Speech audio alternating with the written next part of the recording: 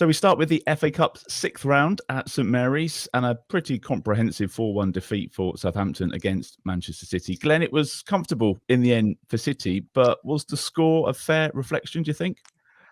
Not really.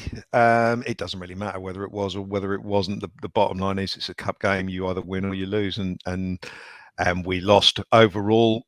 You have to say we deserve to lose.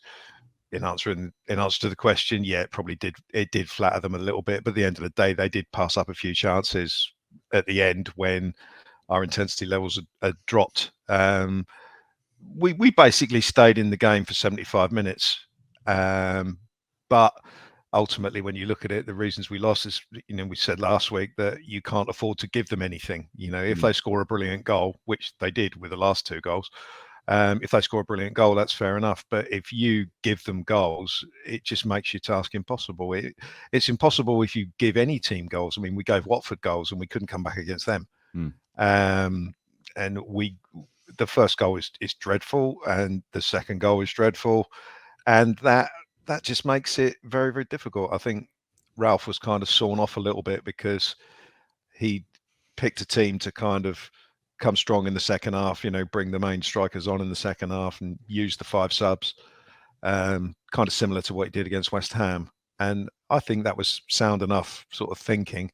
But unfortunately, we coughed up the second goal at the time when we wanted to sort of really push on and try and nick it. And it wasn't to be. But when you see the quality that City could bring off the bench and the fact that they both scored, it's just ridiculous. And I mean, overall, positive energy levels were a lot better than they were against Watford. Mike Dean wasn't abysmally bad. He wasn't the reason that we lost, which is about all you can ask when Mike Dean referees. So overall, it was an enjoyable enough game. Disappointing that we're out, but you can't be surprised. We played against City now. 180 minutes in the league and we've competed, and 75 minutes today and we competed. And when you look at the squad and the players and the manager that they've got, it's an achievement to have done that. But it's disappointing that we lost today. But more praise from Pep after the game as well. Ben, obviously tighter than the score suggested. Is it crazy how quickly a tight 1-1 suddenly becomes a hammering by the time the final whistle goes?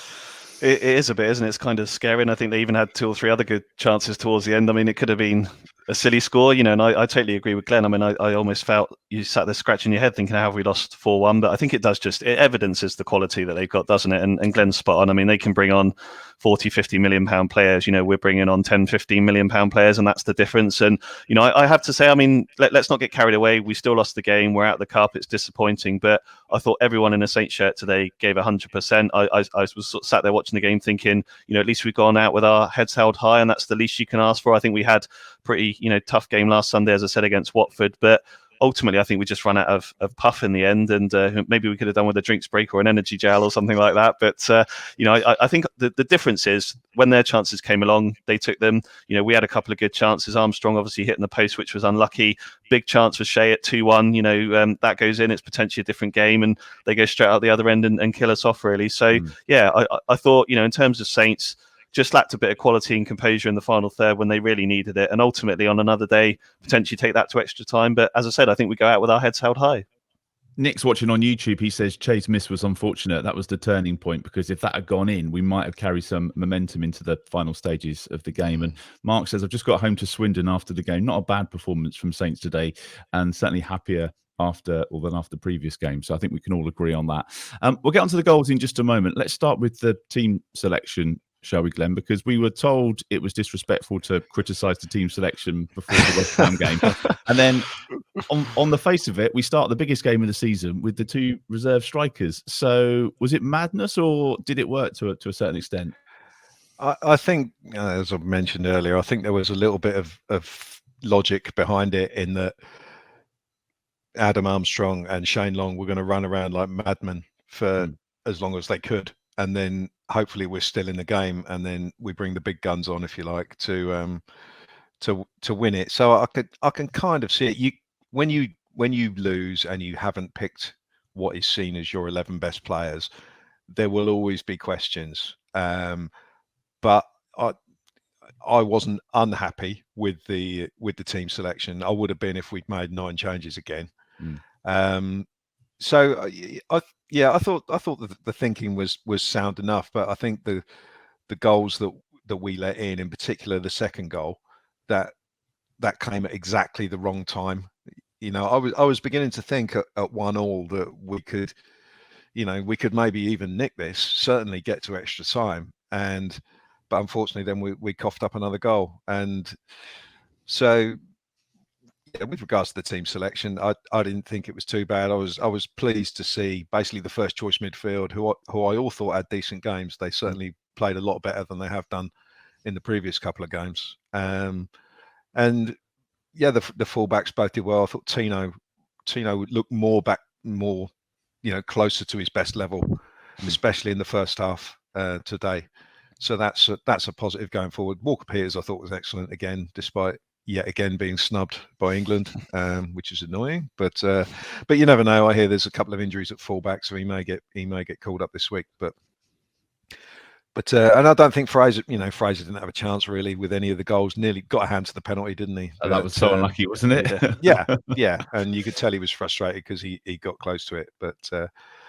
But yeah, that you can always, as I say, when you lose and you've picked Shane Long and Adam Armstrong, you can always complain when you've got what are seen as two better strikers on the bench. But it was quite evident, Ben, I thought, for the first 15, 20 minutes that the pressing was working. And arguably, when Adams and Brozier came on, we looked less of a threat in a way. Yeah, I think Shea, as we mentioned, had a chance, didn't he? Brozier struggled to get into the game, but I think, let's be honest, lots of players coming on, it's quite hard to sometimes get up to speed when you're playing against Man City. You're not seeing much of the ball. But yeah, I thought Long and Armstrong worked hard first half. I thought they put themselves around. John Stones put the ball out of play a couple of times trying to pass it because they were putting them under pressure. It goes back to what we said earlier. The difference is Shea Adams and Brozier potentially score a couple of those chances and you are very much 2-1 up or 2-2, you're in the game. The difference is with Shane and Adam, we know that they don't necessarily have that sort of prowess in front of goals, so that's obviously what they lack. But yeah, I agree with Glenn. I mean, it was a stronger team on paper than the West Ham game, so you'd obviously given it a bit of thinking, but I didn't really have a problem with the lineup. And as I said at the start, Martin, I think for me, everyone out there today gave 100%. I thought the centre-backs were a little bit shaky throughout the game, but again, you've got to look at the quality that they're playing against. Yeah, let's get on to the centre-backs in just a minute. But first, Glenn, I wanted to talk about Romeo and James Ward-Prowse, because I thought for at least 75 minutes they were back to their best today. It was good to see Prowse spraying balls around, and I thought they were looking out for each other again. And we've not really seen that in the last 3 games.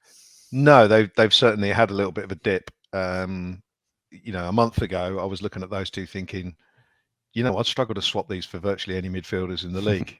Realistically, they were so good as a pairing.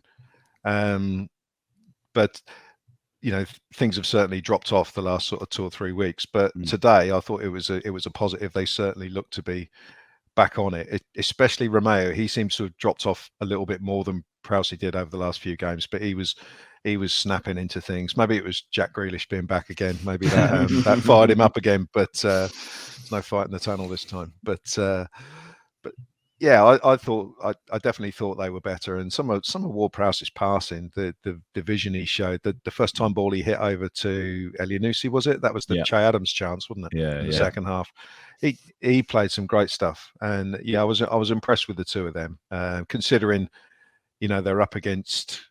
It's basically 2 of them up against 3, and those 3 are De Bruyne, Gundogan, and whatever other brilliant player they've got in there. Can't remember who it was, but Rodri. Rodri's the other one, and he's superb. He just never flustered, just knocks the ball off all the time, and then you got De Bruyne doing everything, and Gundogan arriving in the penalty area late, and he's a nightmare from the point of view of picking him up. But I thought R2 really stood up well, and hopefully they can take that into the next game, because they're going to need to, because as we're playing Leeds, and that's another sort of high energy team that we're going to need to match. Was it a good midfield battle for you today, Ben, do you think? Yeah, I agree with Glenn. I mean, I think when you think it's 2 against 3, you think of Rodri. They always talk in cricket, don't they, about good batsmen make it look easy because they give themselves time. They make it look like they've got more time on the ball than they have. And he for me is that epitomises that in the footballing world. He just looks like he's got so much time on the ball and he's everywhere. But again, it's the challenge for them as well, isn't it? I think it's proving to themselves that they can compete against those sort of players that are on an elite level. Man City are one of the 2 or 3 best clubs in Europe, aren't they? So it's a real challenge for them. As Glenn said there, absolutely, I couldn't agree more. The key now is for them to take that form that they've shown today into the rest of the season, and for Saints as a whole to keep up the level of effort they've shown and not let the season fizzle out. Yeah, the motivation is going to be the key, isn't it? Let's talk about Jack Stephens and Salazar and the goals. Let's start with Stephens. He's got a lot of credit in the bank for his desire and his passion, and we've all been a big supporter of his over the years. But that was a dreadful slip and a mistake for that first goal, Glenn. It was just, oh God, Here we go. It was like a throwback to the old Jack Stephens in a way. What can you say? I mean, it's up the other end of the pitch to me. I have seen it since on the highlights. And at the time, I looked at it and thought that looked really, really bad. But it's up the other end of the pitch, so you kind of don't think too much about it.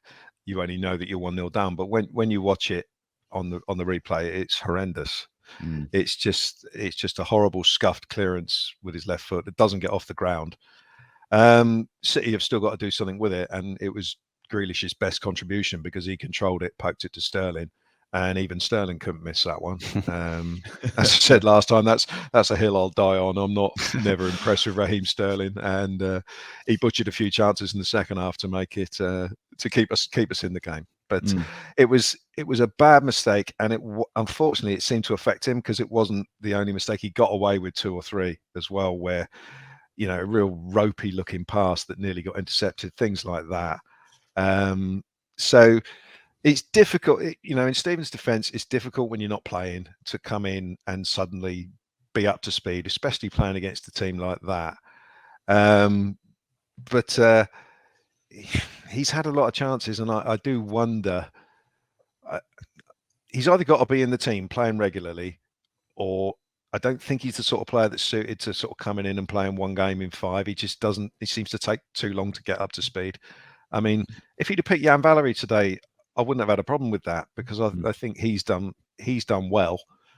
But Stephens is the more experienced player, so that that's why he got brought in. So but he just needs he needs to hit the ground running when he's given the chances, because on performances like today, you wouldn't be in a hurry to pick him again. Yeah. He's not done himself any favors. He's not going to be, barring an injury crisis, he's not going to be playing in the next league game, having put in a performance like that today. It's unfortunate, and he's the sort of player that we all want to do well. We like his attitude. I like the fact that he gets involved and he winds up the opposition and all that sort of stuff. But I think Steve Grant always points out he's good at looking after other people, but he's not so good at looking after himself sometimes. And I think that showed today. I think there was a bit in the second half, Martin, where Mike Dean got him and Ward-Prowse together and pretty much told Ward-Prowse, I don't want him to keep telling me what to do and refereeing the game, that sort of thing, pretty much. And that's the one thing that we love about Jack, isn't it? When he's on the pitch, you always feel like you've got someone in the ear hole of the ref. So that's the one positive he does bring. But I agree with Glenn. It's hard when he's not had a run of games to come back in the side. You're facing a team like City, but he was a bit off it today. I think he would agree that. So Ben, we've had this kind of discussion before, but it kind of feels like we're one centre back away from being a decent side. Is that the problem at the moment? The missing link, somebody to come in. There isn't an obvious choice if one of them's out. Yeah, I agree. I mean, Salazar, obviously, as we know, and we'll come on to talk about the second goal, I'm sure, in a moment. He's certainly starting to look like a really good quality Premier League defender. If he's fit, he's going to play. We know that.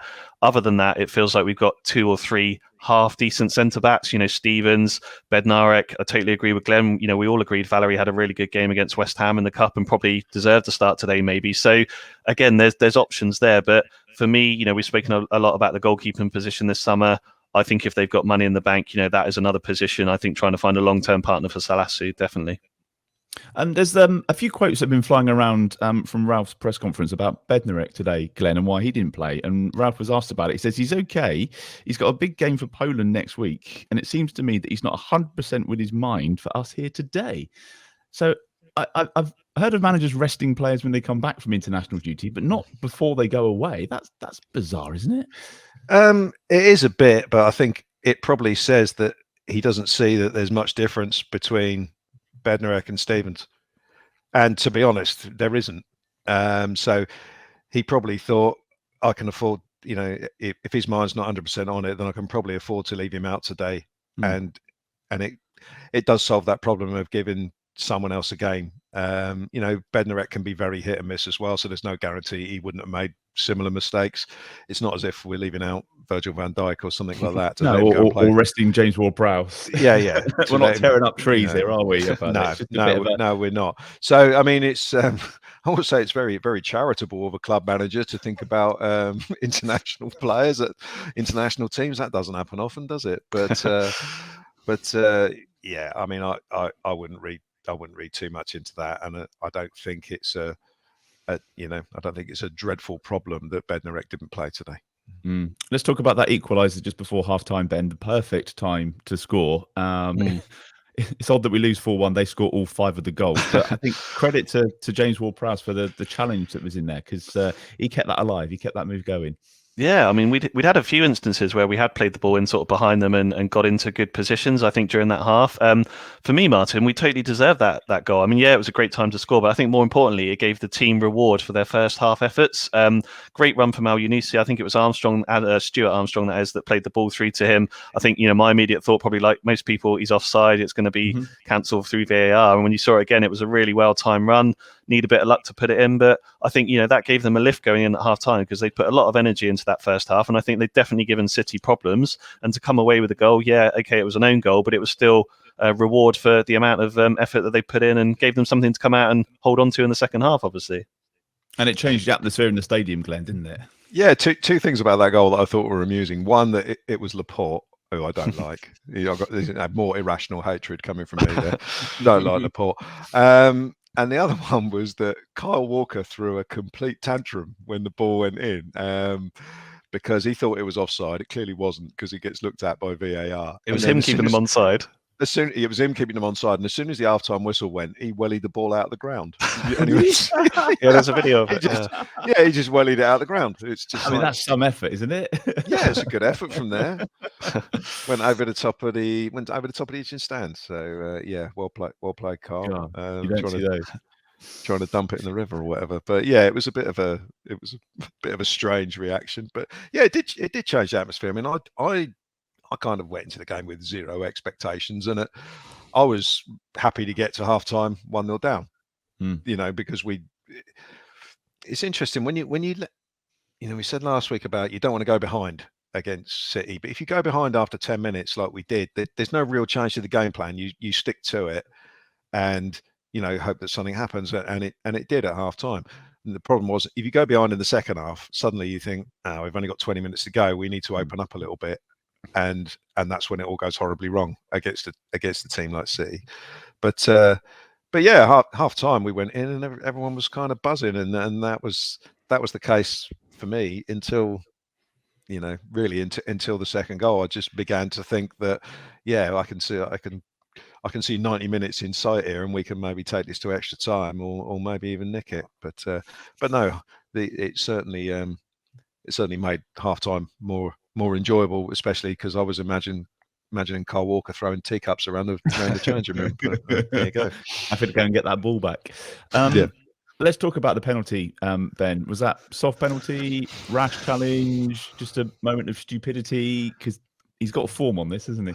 Yeah, I mean, every part of me wants to have my red and white glasses on and say, it was Mike Dean, etc., etc. When it first happened, Martin, my immediate thought was that's a penalty. I didn't see anything in the replay really that determined otherwise. Look, I think we know with Mike Dean, he's always likely to give those sort of things. Would we have got it down the other end? Same situation? Maybe not. But look, I think even Ralph said after the game it was a penalty. And I go back to what I said earlier about Salasu, that rawness that he's still got in him. Does he really need to be making a challenge like that in that part of the pitch? No, he doesn't. Just hold him up, try and shepherd him out of play. So it was a silly lunge, and that was the turning point in the game. So I think as much as I'd love to say it was Mike Dean, it wasn't a penalty, I can't, because it was. The thing is that Salasu had a similar sort of nibble at Jack Grealish at the start of the second half, and I couldn't believe that Grealish didn't go over.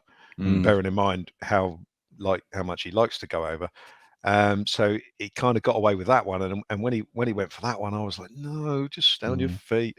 And that I sit literally directly behind where that incident happened, and as soon as it happened, penalty, no danger. And there was a little delay before Mike Dean gave it, and yeah, like Ben, much though I'd love to slag off Mike Dean, I can't blame him at all for giving that. And, yeah, but it was a shame, Glenn, really, because I thought Salazar had a really good game. Apart from that, I thought he felt like he was one of the players that was definitely back to his levels of a few weeks ago. But on the same hand, he's 23 next month, and he's made these kind of mistakes before. He's got to start learning. They've got to start coaching this, and he's got to cut these out of his game. 23 is, you got to remember, 23 is very young for a centre half. It's sort of acknowledged that they don't really, that's why you get so few young players coming through and playing centre half in the Premier League at sort of 18, 19. It just and it's his first happen. full season as well. Yeah, but yeah, he is still a bit raw, and if he wasn't, he wouldn't be playing for us. He put together a run of really good performances, and I was thinking we're going to struggle to hold on to him this summer. But in some ways, a couple of mistakes, sort of highish profile mistakes, will probably do us some favours for next year, because I think he'll, people, the big clubs will still be looking at him thinking, nah, too rash. We'll leave it another year and see what he does. So I don't think it's long term. I don't think it's the worst thing in the world. But he does need to learn, because both with this one and the Tottenham one, where he got sent off when he trashed Song Heung-min, both of those challenges didn't need to be made, because in both cases, I mean, the Son tackle, the ball was running through to the goalkeeper, so there was no need to make that one. And today, Gabriel Jesus wasn't going anywhere anyway. He was out on the edge of the box. Okay, he might have put a cross in that ended up in a goal, but knowing him, probably not. So there was no need to make the challenge. And he has to learn. Outside the box, fine. Inside, there's got to be a little light going on to say, stay on your feet and just block it. Yeah.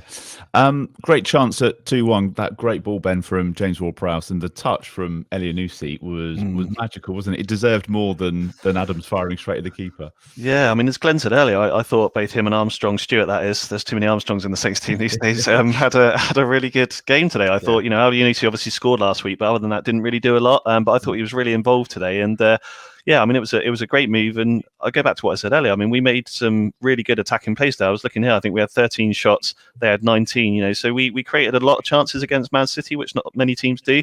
And I think with that Shea one, Martin, anywhere but straight at the keeper, and it's 2-2, and that he almost caught it too well. It was on his left foot, but again, that was the pivotal moment in the game. There was a chance, wasn't there? Gundogan hit the post to make it, would have made it 2-0, and then obviously we equalised. If that had gone 2-0 for them, you almost think that could have been a different game. The same with the Shea Adams chance. That goes in at 2-2. Saints' tails are up. They got some of their more senior players on the pitch by then and can have a real go at it. So it was disappointing. But again, I think Shea's had a really good run of form over the last few weeks. I think it's hard to begrudge him the odd missed chance. At least he's getting into those positions, and hopefully next time it'll go in. And then lots of cliches in there. The Foden goal as well, Glenn, that was down your end, wasn't it? And in a way, I was kind of relieved when that went in, because you kind of think, well, I don't want us to go out the cup for these two mistakes, and that was a worldie of a goal, and you kind of think, well, that deserved to win the game. And it's just absurd goal, it's just I mean, it kind of, there's a lucky bounce sort of back to him, but the touch he takes, and then the power he gets on the shot, it just fizzes in. And Fraser's in a decent run of form at the moment. He didn't get near that. Nowhere near it. And no goalkeeper saves that. It's just a brilliant goal, and that's what brings home to you the differences between between their squad and ours, and it's absurd. We've scored some decent long range goals ourselves this season. But it's always like a bit of a surprise. It's just not a surprise when Foden does it. He's just technically such a good player. And we talk about us bringing on our strikers to make our team stronger. When you consider that they took off Grealish who was having a quiet game, and Gabriel Jesus, who wasn't doing much, and they brought on Foden and Mahrez. It's just like, what? It's just not We brought fair. on Gineppo, didn't we? Yeah, he did a lot, didn't he? Fell over the ball a couple of times, but, dribbled it off the pitch. It's always useful when someone does that.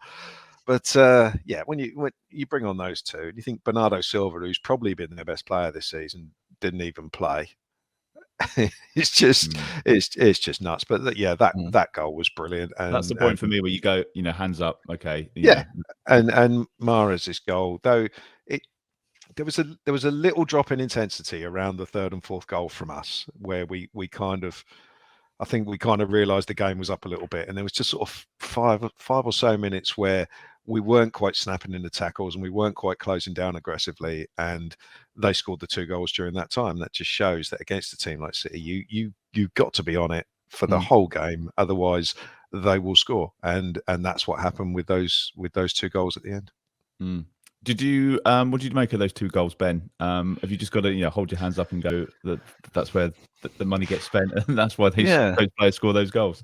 I think so. I mean, I can't really, I want to say we were having a good go at that time as well. We were 2-1 down, 3-1 down. We probably felt like we needed to push up the pitch a little bit more. I mean, we weren't gung ho, we weren't all over them, but I think Mahrez, for me, I was pleased to see him on the bench at the start of the game, because I think he is an exceptional talent, and his finish obviously given force to the eyes, and that was kind of, again, 4-1, and he had a couple of other chances, dragged one wide, but I think they just, they find the space. Their one-touch football is incredible, and I think that's what we got to remember as Saints fans, and I think the majority of Saints fans do appreciate that, is that 4-1 to City on paper is a disappointing result, but I think you have to take a step back and go, they had their strongest available side out, bar Ederson, and for 75 minutes today, Saints performed really, really well. And I think when you look across the course of this season, we've played them 3 times now. We have competed really, really well with them, and that kind of sets the benchmark. But ultimately, it goes back to what we said. They've got world-class players that can win you any game from any position, and you just have to accept that sometimes.